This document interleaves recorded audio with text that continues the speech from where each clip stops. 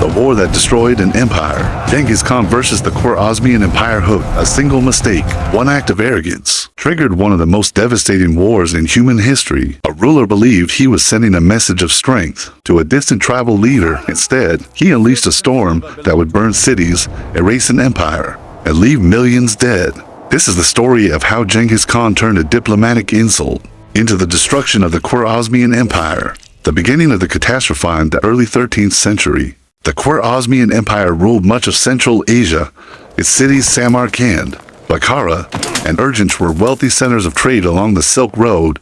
The empire's ruler, Shah Muhammad II, believed his power was unshakable. Far to the east, however, another power was rising. Genghis Khan had united the Mongol tribes and built the most efficient military machine the world had ever seen. But at first, he did not seek war with the Khwarazmians. Instead, he proposed peace. Around 1218, a caravan of more than 400 merchants arrived at the border city of Otrar. They carried gold, silk, and a message from Genghis Khan offering friendship and trade between the two empires. But the governor of Otrar, Islamic, suspected something else, or perhaps he simply saw an opportunity. He accused the merchants of being spies. The caravan was arrested and eventually executed. Their goods were seized. When Genghis Khan heard the news, he still tried to avoid war. He sent 3 diplomats to demand justice. His request was simple: hand over the governor responsible, and peace would remain. Shah Muhammad faced a choice. He could sacrifice one governor and avoid conflict with a rising power. Instead, he chose pride. The Shah executed the lead ambassador and humiliated the others before sending them back. In the Mongol world, killing an ambassador was not just an insult, it was a declaration of total war. The Mongol invasion in 1219. The ground of Central Asia began to shake under the hooves of the Mongol army. Tens of thousands of mounted warriors moved with incredible speed across the steppe.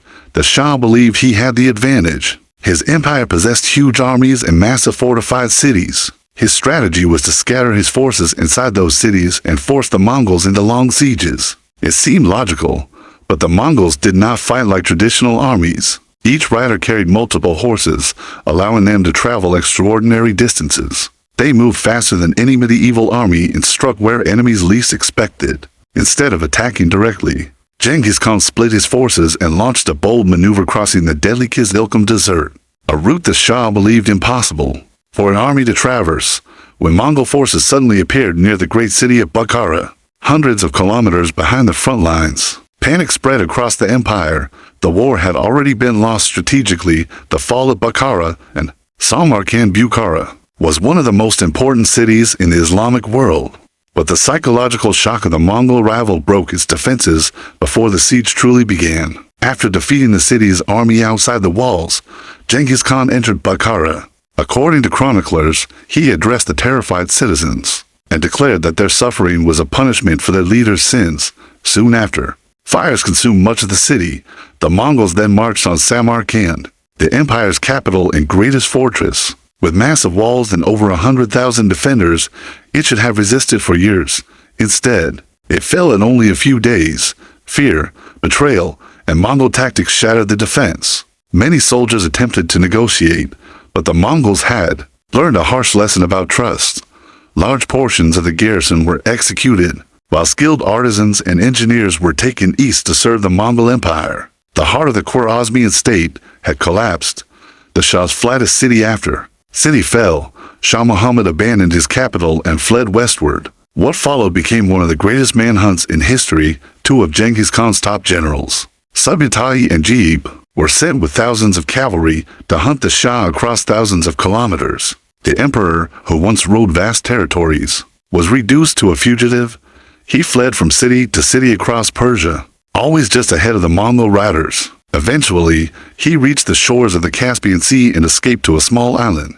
There, sick and exhausted, the Shah died in isolation, watching his empire collapse behind him. The destruction of the empire with the Shah gone, Mongol armies continued their campaign across the region. Major cities were captured one by one. Some resisted fiercely, others surrendered, but the devastation was enormous. Entire populations were displaced, and many urban centers were reduced to ruins. The capital of Urgench, one of the wealthiest cities of the empire, resisted for months before finally falling after brutal fighting and engineering tactics that flooded parts of the city. By the early 1220s, the Khwarazmian Empire had effectively ceased to exist. A single diplomatic disaster had led to the destruction of one of the most powerful states in the Islamic world. The wider impact Mongol victory changed the course of world history.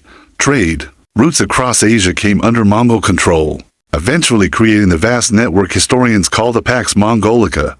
Merchants, travelers, and ideas could move across the continent more freely than before, but the cost was staggering. Many cities of Central Asia never fully recovered. Irrigation systems were destroyed, populations were displaced, and entire regions were transformed. The war between Genghis Khan and the Khwarazmian Empire stands as one of the most dramatic examples of how pride, diplomacy, and military genius collided to reshape the world. Conclusion: it all began with a caravan, a governor's greed, and a ruler who believed he could insult a rising power without consequence. Instead, he awakened a force that would change history forever. Genghis Khan did not just defeat an empire, he erased it.